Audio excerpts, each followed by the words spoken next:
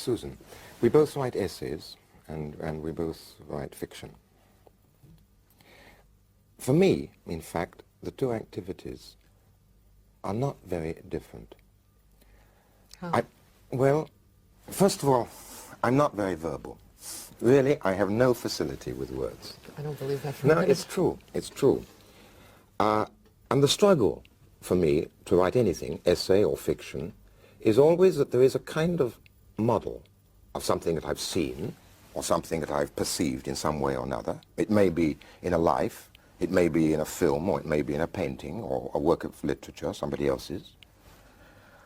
Something which I feel which is almost by definition unsayable, which exists there, or a bit like a melody of music, a bit like a pattern of colors, sometimes a bit like a geometric form. And the struggle is always to try to recreate that in words.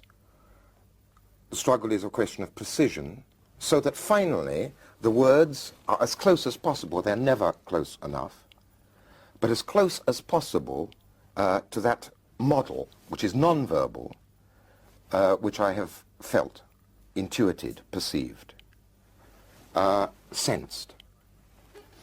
And it's not very different whether I'm writing about a work of art or whether I'm writing about a banquet or a wedding party or a death. Well, it's not the same for me. When I write essays and when I write stories, it seems to me an entirely different activity. In fact, I really have the impression that I have to sort of take my head off and put another head on in order to do this. I mean, what they have in common is the struggle, of course. Writing is a very painful activity, and it's very difficult. There are more painful ones. I'm sure, but there are less painful ones too. But I mean, I wouldn't say that the struggle that we all feel inarticulate, but we also are, John, let's face it, also very verbal people, and we talk all the time. We don't talk as well as we write, of course, but that's by definition, I think, what writing is about, to be better than talk. It's a replay. Well, you get to rewrite. You don't get to Yes. re-talk. You get Yes. to, but you do get to rewrite. But I do think of them as very different activities because I guess I don't have this model of truth-telling or of chronicling, which seems to underlie everything that you said about writing fiction or about storytelling. How does the story begin for you? Well, let me just go back one step further. I mean, I think that when I write an essay, I am certainly, the motive for an essay is certainly something that I perceive or think about, or it's a set of problems which generates another set of problems and another and another and another, and then I find a pretext to talk about these problems in a particular work of art or situation or idea or whatever. But when I'm writing an essay, I am asking myself all the time, is it true what I'm saying? Yeah. I mean, is it really like that? And that is the same question as, can I say it better? But the question of how I can say it better, in a more complex or subtle or eloquent way, that question is identical with, or goes side by side with the question of whether what I'm saying is actually true, whether Yes, it I makes agree. sense, Yep, whether yes. whether it is even, in some cases, whether it's helpful to people. So, for instance, the question of intelligibility is very important to me when I'm writing an essay. But above all, the question of truth. I mean, to write an essay is to feel immediately responsible to something that, well, one calls for, And when you lack write of a better fiction, name, it's not, truth. it's not... No, it's not. No, I think when I'm writing fiction, well, there's always a sense of responsibility, because I think both you and I are the kind of people who feel and take on responsibilities with great avidity. But it isn't to some idea of the truth, except in a very ultimate and almost tautological sense. I think that when I move to write a story, it's not because I've heard a story, because I've heard, like everyone else, thousands of stories. It's because I hear language in my head. I hear a sentence, and I hear a voice. I hear voices, and then sometimes I just have a first sentence. and you go on hearing that voice? Yes, So the it's voice. It's like a dictation. Yes, a dictation which then I can revise many times. But I mean, I remember one story, I heard a sentence in my head, I went to see the beautiful things. And then another voice says, no, the voice says, I went to see the beautiful things, and you know, and then another voice says, what? And then the first voice says, they're still there. And then the other voice says, but they won't be there for long. And I said to myself, who are these people? What are they saying? What are they talking about? And so it isn't exactly dictation, it's more like induction. Given the fact that I now have 4 lines on the page, what can I make of this? And sometimes I have to stop and it takes days before I can figure out what the next line is. Or sometimes I go 5 pages and I'm stopped. The voices aren't talking anymore. Or in the case of one story, I heard the last line. The last line was, Sisyphus, nothing but nothing can tear me away from this rock. And I thought, now who is this grim stoical person who is proclaiming his or her fidelity to an unbearable situation? And I began to reason backward. Well, it could be a story of someone who, et cetera, et cetera. So for me, it's absolutely a process of invention, and one intimately connected with language, with tone, with voice. I mean, maybe it's very interesting that, because it is, once more, and we've often touched upon this, because maybe we arrive at something quite similar, but it is the reverse process. I mean, for me, there's never that voice at the beginning. There is the enormous difficulty of seeing that situation, that person, of following I don't them. see, I hear.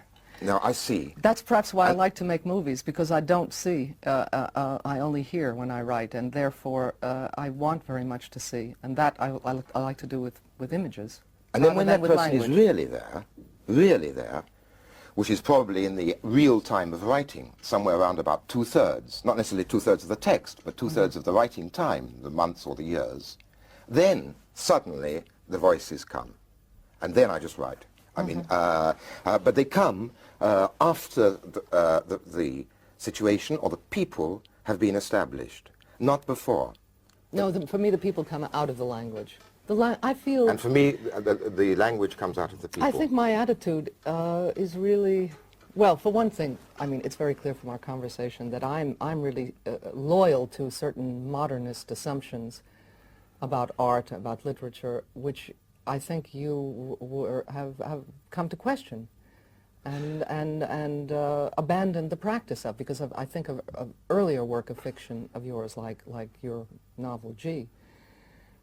You were doing then something that is closer to what I continue to do as a fiction writer, but the stories that you've been writing recently about peasant life are, I think, I don't know whether you feel that, in a very different mode or a very different model. Because the subject is so different, I think. It's true. But haven't you changed, John? Haven't you yourself changed? I don't know. I had to relearn to write. That's true. Because the experience of the underprivileged or of peasants is very different from the experience of the privileged, and G is a book about them. But do you constitute yourself as a reporter of your experience? I don't feel that I'm reporting on my experience at all. No, I don't. Because I believe absolutely in experience being shareable. I believe that the imagination is precisely that. It begins very early in childhood. It begins with the identification of a child with a toy or with an animal. That capacity of empathy is, it seems to me, the first fruit of that social creation, which is imagination. And if in general today there is a kind of failure of nerve in fiction, what do I mean by that? I mean that... Yes, what do you mean by that? Well, I mean that most novels probably are really now disguised autobiographies. And on the other hand, people say, how do you have the right to write about peasants? You're not a peasant. How do you have the right to write about, for you to write about men? You're not a man, or vice versa. And these questions are very current.